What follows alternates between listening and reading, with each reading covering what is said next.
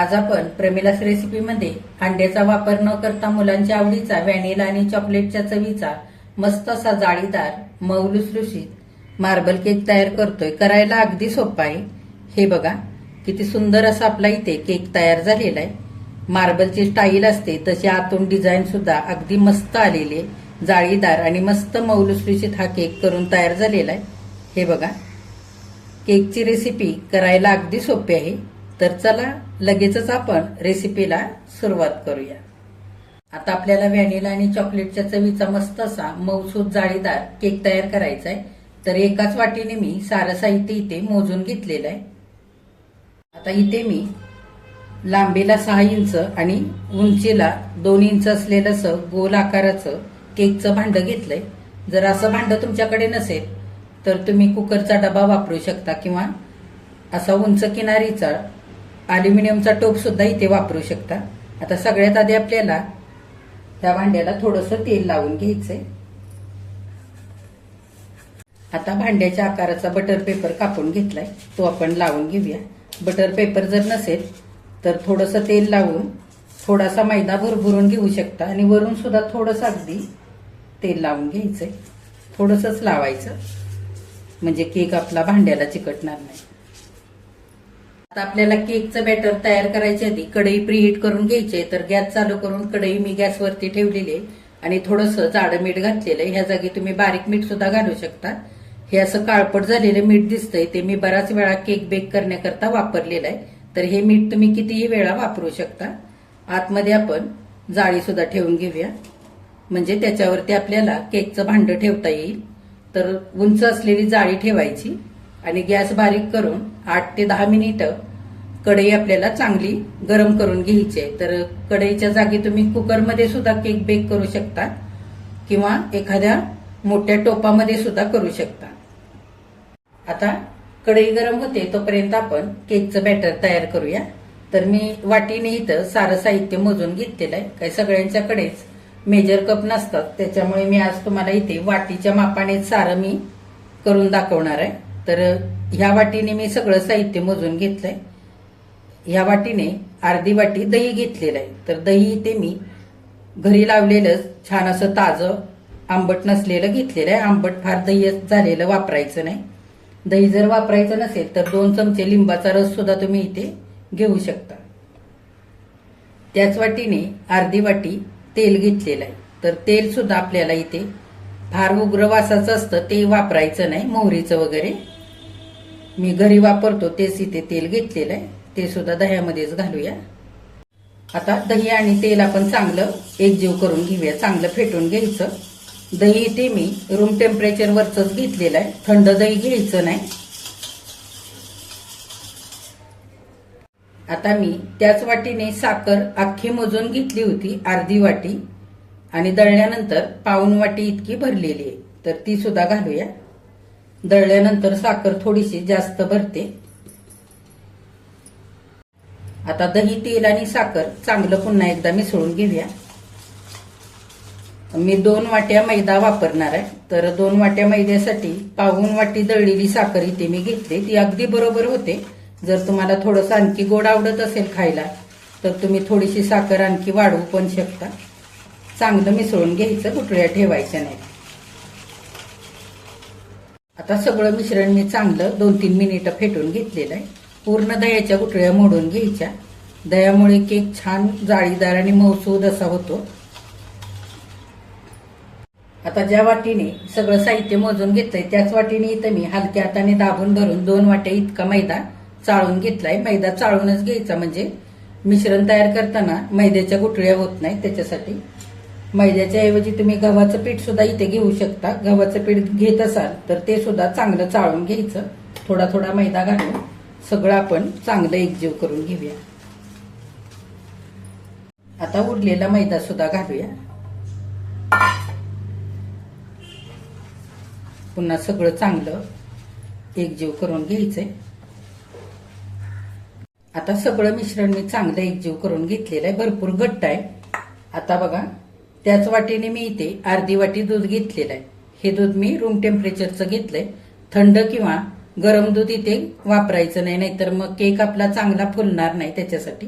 आता थोडं थोडं दूध घालून हे मिश्रण आपण सैलसर असं करून घेऊया. लागेल तसं दूध घालून सगळं मिश्रण चांगलं सैल करून घेऊया. 2-3 मिनिटे सगळं मी केकचं मिश्रण चांगलं फेटून घेतलंय. अशा आपल्याकडे मोठे आणि बारीक चमचे असतात, तर बारक्या चमच्याने मी खायचा सोडा आणि बेकिंग पावडर मोजून घेतलेली. हे बघा, 1 चमचा बेकिंग पावडर घालूया. आता अर्धा चमचा खायचा सोडा घालूया. खायचा सोडा सुद्धा जास्त वापरायचा नाही, अर्धा चमचा इतकाच वापरायचा. चांगला आपण मिसळून घेऊया.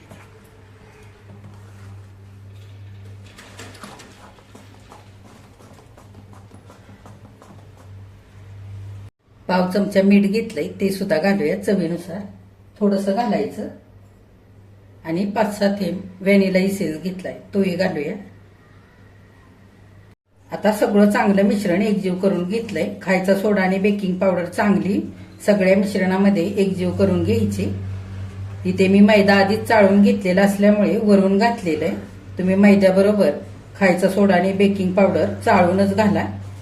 केक आपला छान असा जाळीदार होणार नाही त्याच्यासाठी. आणि फार जर पातळ मिश्रण झालं तर केक फुलल्यानंतर मधल्या भागामध्ये खाली बसतो, त्याच्यासाठी फारही पातळ मिश्रण आपल्याला इथे ठेवायचं नाही. तर ह्या मिश्रणातून अर्ध मिश्रण आपल्याला दुसऱ्या भांड्यामध्ये काढायचंय, म्हणजे आपल्याला चॉकलेटचं मिश्रण तयार करता येईल.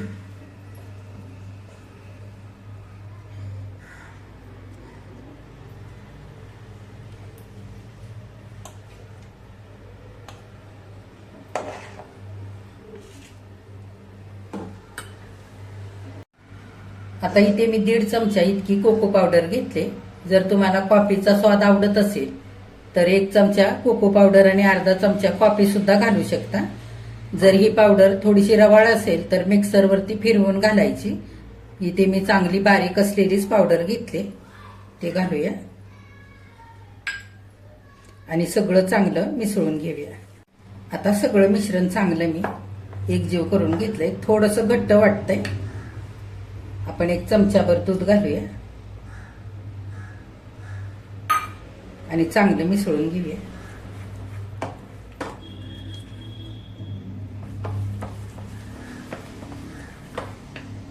आता केकचं 2 चवीचं मिश्रण आपलं तयार झालेलं आहे. आता केकच्या भांड्यामध्ये आपण थोडं थोडं करून मिश्रण घालूया. तर इथे मी पळ्या घेतल्यात 2 छोट्या छोट्या. पळीने किंवा चमच्याने तुम्ही घालू शकता. आधी व्हॅनिला असलेलं मिश्रण आपण घालूया.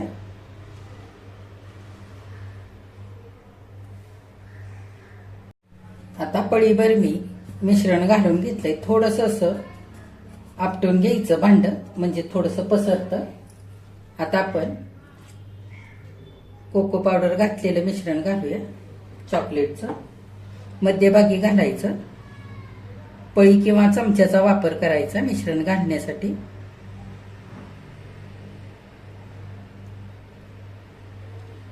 आणि असं हलक्या हाताने आपटून घ्यायचं. आता पुन्हा व्हॅनिला असलेलं मिश्रण घालायचं. मध्यभागी घालायचं, म्हणजे छान असं डिझाईन तयार होईल. आणि हलक्या हाताने असं थोडंसं हे भांड आपटून घ्यायचं, म्हणजे असं पसरतं आणि डिझाईन तयार होते.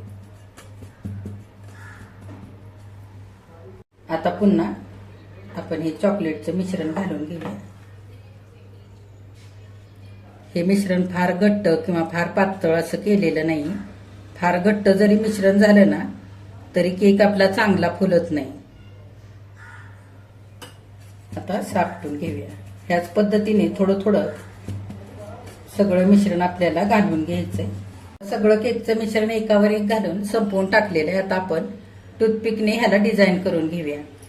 असं बाहेरच्या बाजूने तळापासून असा टूथपिकने रेष करून घ्यायची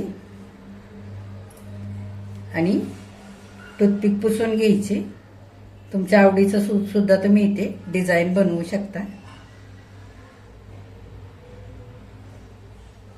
हे बघा, छान असं आपलं फुलाचं डिझाईन इथे करून तयार झालेलं आहे. आता आपण लगेचच केक बेक करण्यासाठी कढईमध्ये ठेवूया. आता कढई चांगली आपली 8 ते 10 मिनिटं गरम झालेली आहे. आपण लगेचच केकचं भांडं कढईमध्ये ठेवूया. जर तुम्ही हा केक मायक्रोवेव्हला बेक करून घेणार असाल तर मायक्रोवेव्ह 160 सेल्सिअसला प्रीहीट करायचा आणि 30 ते 35 मिनिटं केक चांगला बेक करून घ्यायचा. आणि ओटीजीला जर तुम्ही हा केक तयार करणार असाल तर ओटीजी 150 सेल्सिअसला प्रीहीट करून घ्यायचा आणि 35 ते 40 मिनिटं चांगला आपल्याला केक बेक करून घ्यायचा आहे.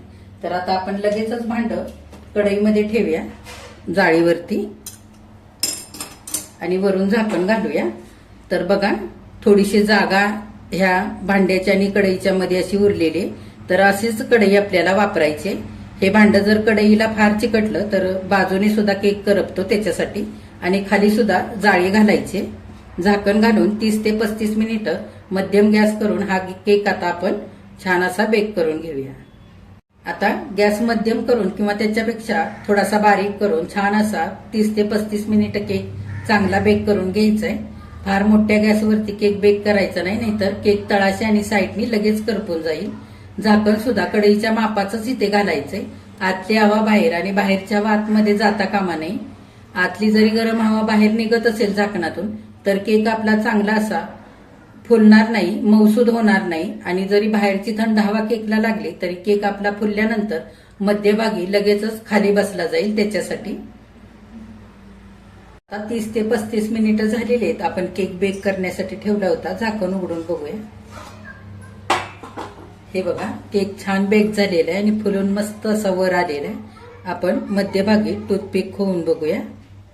हे बघा टूथपिकला अजिबात केकचं मिश्रण चिकटलेलं नाहीये, म्हणजे आपला केक चांगला बेक झालेला आहे. आता आपण गॅस बंद करून हे भांडं बाहेर काढूया. आता केकचं भांडं मी खाली काढून घेतलेलं आहे. केक आपल्याला चांगला 15 ते 20 मिनिटं थंड होऊ द्यायचा आणि नंतरच भांड्यातून बाहेर काढायचंय. जर गरम असताना केक बाहेर काढायला घेतला तर केक आपला तुटू शकतो, त्याच्यासाठी चांगला थंड करून घ्यायचा आहे. आता 15 ते 20 मिनिटं झालेले, केक आपला चांगला थंड झालेला आहे. आपण आता काढून घेऊया. कडेने सुरीने सोडवून घेऊया.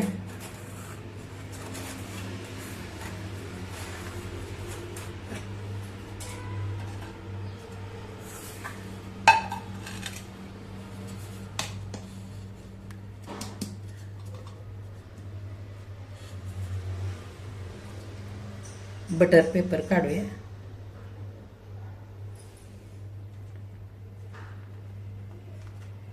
हे बघा केक अगदी मस्त झालेला आहे आणि डिझाईन सुद्धा खूपच सुंदर दिसते. आता मी तुम्हाला केक कापून दाखवते.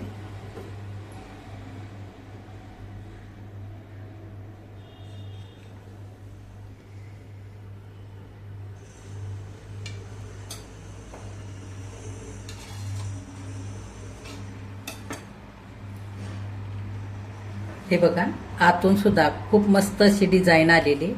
मार्बलच्या स्टाईलला कशी डिझाईन असते अगदी तशी, आणि मस्त जाळीदार आणि मऊसूद केक झालेला आहे. हे बघा जाळीदार मऊलुसलुशीत मार्बल केक इथे खाण्यासाठी तयार झालेला आहे.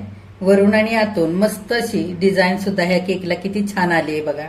जाळीदार आणि मस्त मऊलुसलुशीत झालेला आहे आणि चवीला खूपच छान झालेला आहे. हा केक तुम्ही 2 ते 3 दिवस फ्रीजमध्ये हवाबंद डब्यामध्ये भरून ठेवू शकता. पाहिजे तेव्हा नाश्त्यासाठी खाऊ शकता. चहासोबत नाश्त्याला हा केक खायला खूप भारी लागतो. तर तुम्ही मुलांच्या मधल्या भुकेसाठी सुद्धा असा केक डब्याला सुद्धा देऊ शकता. तर नक्की तुम्ही सुद्धा असा मार्बल केक करून बघा. तुम्ही केल्यानंतर कमेंट करायला अजिबात विसरू नका. आजची जर रेसिपी आवडली असेल तर एक लाईक सुद्धा करा. आणि जे कोणी आता माझ्या रेसिपीज नव्याने बघत आहेत त्यांनी माझ्या चॅनेलला जरूर सबस्क्राईब सुद्धा करा.